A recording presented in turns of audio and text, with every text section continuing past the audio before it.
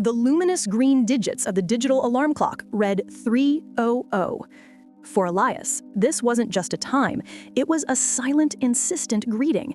He had been an insomniac for so long that the hour of 3 in the morning felt more like his personal midnight, the moment when the rest of the world truly surrendered to sleep, leaving him alone with the ticking echo of his own mind.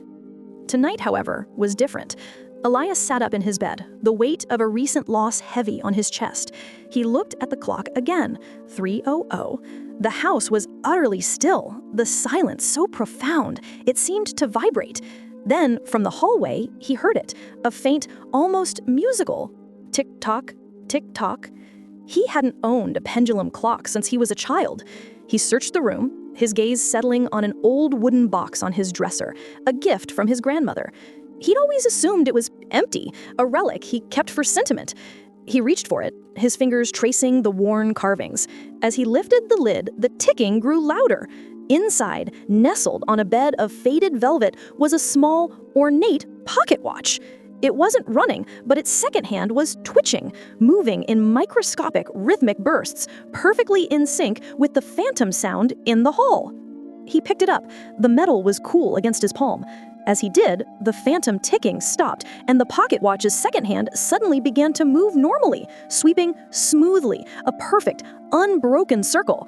The time it showed was not 3:00, but 3:45.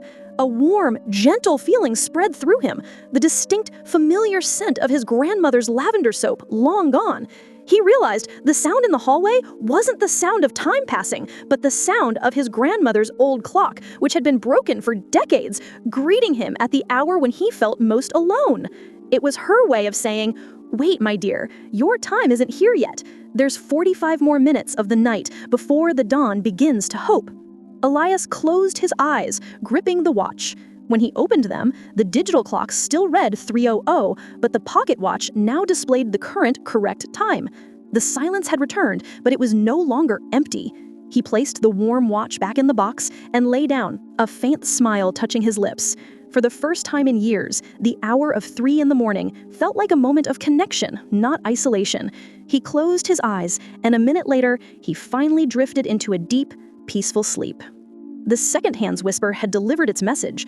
Would you like another short story, perhaps about a different moment in the day?